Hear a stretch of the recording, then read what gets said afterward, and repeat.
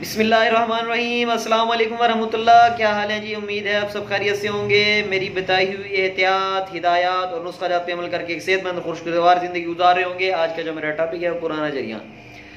तो मर्द हज़रात सिर्फ इसको देखें, लेडीज़ इसको ना देखें।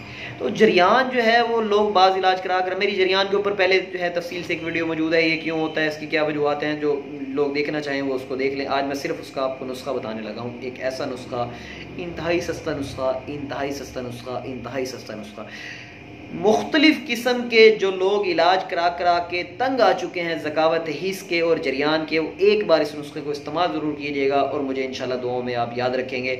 नुस्खे को आप नोट फरमा लें, उसका तरीक़ाकार भी मैं आपको बता देता हूँ। अजवाइन, खरासानी, कमरकस और बीजबंद, ये सिर्फ 3 चीज़ें हैं। अजवाइन, खरासानी, कमरकस और बीजबंद, ये तीनों चीज़ें आपने बराबर वज़न में लेनी है। 50-50 ग्राम ले लें, आपकी मर्ज़ी है। 100-100 ग्राम ले लें, आपकी मर्ज़ी है। वैसे 50-50 ग्राम लें, क्योंकि ये नुस्खा इतना ज़्यादा अरसे इस्तेमाल करने की ज़रूरत ही नहीं पड़ती, क्योंकि ये इतना तेज़ अल्हम्दुलिल्लाह नुस्खा काम करता है कि पुराने से पुराना जरियान जो है वो अल्हम्दुलिल्लाह पहले कैप्सूल से फ़र्क करना शुरू हो जाता है।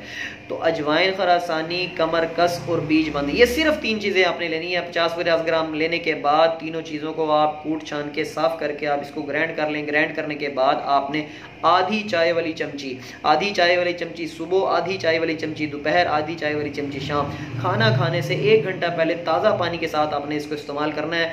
इंशाल्लाह आपका पुराने से पुराना जरियान, ऐसा जरियान कि आप पेशाब करने के बाद जब उठते हैं तो महसूस होता है कि अभी 1-2 कतरे रहते हैं और लेज़दार जो है रतूबत का इखराज होता है, वो जरियान मज़ी हो चाहे जरियान वदी हो, इन दोनों किस्म के जरियान में अल्हम्दुलिल्लाह ये नुस्खा काम करता है। इस नुस्खे को बनाइएगा ज़रूर। जो लोग इस मर्ज़ में मुब्तला हैं उन तक इसको शेयर ज़रूर कीजिएगा, ताकि इस सदका जारिया में आप लोग भी शामिल हो सकें। और अपनी एहतियात ये रखिएगा कि आप ज़्यादा से ज़्यादा दूर रहें मिर्चों से और मशरूबात से, ठंडे मशरूबात से।